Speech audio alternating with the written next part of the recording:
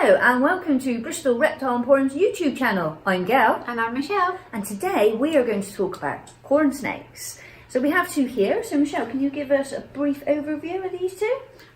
So we've got two different life stages. So this is a relatively young animal in comparison to what Gail's holding. So this is probably in the region of 4 months old, something like that. Maximum is probably no older than that. Obviously some hatch out a little bit bigger than others, so you do get a bit of variant. And the individual that you've got there is what we class as sub-adult, so it's not quite fully grown, but it is at the tail end of its growth period, so it's not going to get much larger in comparison. So you can see, I would estimate that individual to approximately be around 18 months old, something like that. So you can see the sort of growth rate that we can achieve within that sort of time period. And yeah, so that's the main difference between these two animals at the moment. Okay. And how long do they live? So as we have a better understanding of their care and equipment for care is improving, we're generally finding that they're having a longer lifespan. Most people would estimate these guys to live in the region of about 15 years, but we do have the odd couple of customers who have got some which are now pushing into their 20s. Oh wow, can live quite a long time then. They do have a longer life period, yeah. And what sort of size would they get to? So most corn snakes will average out in the region of about 6 foot, so over the metre mark for these guys. So they are quite a long snake, but they're not a particularly heavy bodied snake, so they don't have a big body diameter. You can see here you've got a body diameter in the main part of the body which is equivalent to about a £2 coin. So it's not particularly large in comparison to some other species. So what food do these guys eat? So these guys, we are feeding on defrosted rodents. You may choose between different varieties of rodents that we've spoken about in previous videos. So things like mice, rats. They're not, as I say, because they're not particularly heavy body snake as adults, they don't need to be feeding on some of the top end sizes that are available to us. So most people tend to max out on food size which is equivalent to a large mouse, possibly an extra large mouse if it's a particularly large snake, or something in the region of like a rat wiener. The frequency of feeding will vary depending on the individual and depending on the owner as well. So some owners like to feed things that are a little bit bigger, a little bit less frequently, so they may feed every 2 to 3 weeks.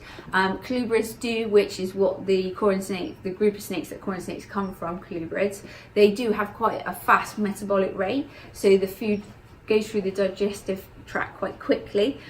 So some owners prefer to feed a slightly smaller food item, so that may be equivalent to something like a medium or a large mouse, and feed those guys a little bit more frequently, so that might be every 7 to 10 days, something like that. Okay.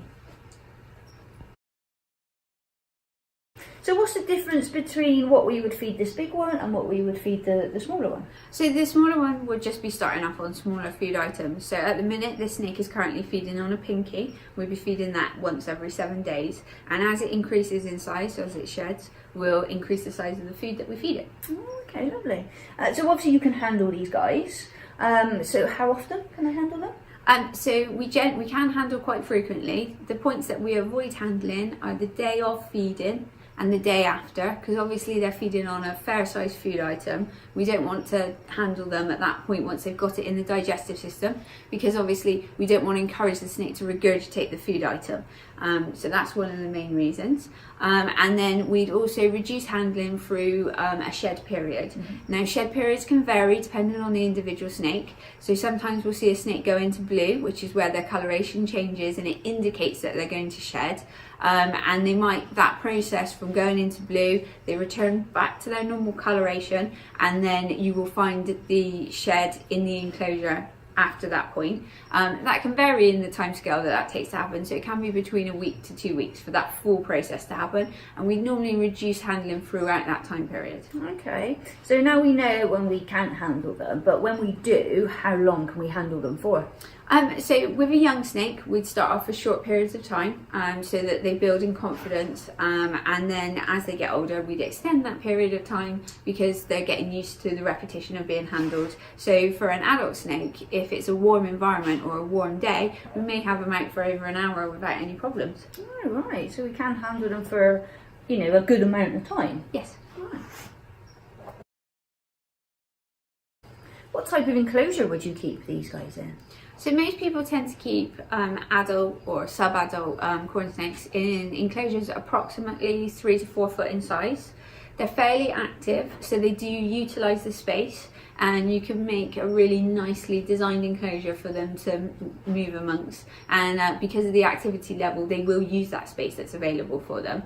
However, with a younger snake, like we've got here, we would provide a slightly smaller enclosure, and we'd increase the size of the enclosure as the animal grows to make them feel secure, and this can reduce behaviour issues and defensive behaviour when they feel insecure. Okay. And you provide light? So UV lighting at the moment is not something that we're saying is essential, but we are finding when we do provide UV lighting for any animal within an enclosure that there are positive benefits to it, and it is something that the hobby is moving more towards with most species now. So lighting is not essential, but it is something that a lot of people like to use. Okay. I would guess heat is quite essential. Yes, so they're from the Americas, so because of that, in the UK there are times in the year where we're not at the same temperature parameters as them. Obviously they are found in a wide range of areas, so the temperatures can vary quite a lot, but most people tend to keep their corns with a basking spot of about 28 degrees. There's lots of variation with that. Some individuals will disagree, say it's too warm, some will say it's too cold, and a lot of it does depend on your individual corn snake too. And the size of your enclosure, so it's something to be mindful of when you're setting up your enclosure. But if you're using heating equipment, we would advise that it be regulated with a thermostat. And obviously when I say my temperature parameters at 28, I'm referring to Celsius, not Fahrenheit. Right, so important, Celsius. And what substrate would you have on the bottom? Again, these snakes are found in a real wide range of environments because of, they literally do move around quite a lot, and there's lots of options when it comes to substrates. So it used to be that when I was younger, a lot of people wouldn't recommend loose substrates, things like soil and sand mixes and things like that for corns, because we found that it tend to cause irritation. But now, with bioactive being more popular, some individuals are starting to introduce this type of substrate into their enclosures. So as I say, what we tend to go is more of a leaf litter based forest floors type of enclosure. So a lot of people tend to use bark chips. There are things like aspen that's popular still with colubrid owners, and there is lots of variation, so it's about having a go with one, seeing if you get on with it, seeing if your snake likes it, and if you don't, try something different. If you notice anything that you're worried about behaviour wise or a condition, then obviously it's always worth having a check with your local shop owner and possibly trying something different. Okay. And do we provide water? Yep, so corn snakes quite like a water bowl. We normally provide a water bowl that's large enough for the snake to get into, because they may choose in the warmer months to actually have a bit of a bath, and they'll regulate their body temperature using water as well. Obviously this shouldn't be too much of a problem for us because our enclosure should be thermostatically controlled, but it's still nice to give them the option to do that, and obviously it can help with skin maintenance as well. Right, okay. And I guess you'd have a smaller water bowl for that one, and as they grow older, they would increase in size? Yeah, definitely. I mean, although these guys would quite happily sit in a lake, we don't need to provide one. So we can use, in smaller enclosures, a slightly smaller water bowl. It's just something that's big enough for the snake at its growth point that it's at to get into. So in the enclosures, do we put anything in, like plants or hides, anything like that? So yeah, as I say, you'll keep hearing me refer to bioactive. As I say, we do have another video on it. Bioactive is super popular, so it does mean that we can use live plants if we want to, but it's not for everybody. So artificial plants are great. You know, as I say, they are an active species, so we do need to provide decor for them to be able to move around and over, and that can vary. That's really down to your personal preference. Hides are really important. Ideally we'd like 2 hides within the enclosure, so that they can choose where they want to sit. One of those hides can be a damp hide as well. It doesn't have to be a damp hide all the time, but when they're going through shed, it's really helpful to enable them to shed effectively and not have like bits left behind and stuff like that. So that's a real benefit to having a moist hide, but that doesn't have to be all the time. It can be just when you notice the snake going into shed. And they're really the key things. What you make your enclosure look like is really going to depend on your individual preferences and what you like. And you'll find that snakes use some decor over others. When you've got an active species of snake, live planting can be quite tricky because they will go through the plant and sometimes they can squash the plant too. So just something to be aware of, really. Great. So we're nearly at the end of our video now. Is there anything else that we need to know about these snakes? I think the real big thing that we haven't spoken about is the colour variety. So we've been keeping corn snakes in captivity for a long time, which is fantastic because it means we know a lot about them. But also in doing that, because mankind has this sort of control issue, what we tend to do is manipulate things. So what we've been able to do is manipulate the colours that are available to us, which is fantastic because it gives us the same size snake but in lots of different colour options, which is great. So you'll see here that these two are very different in their coloration.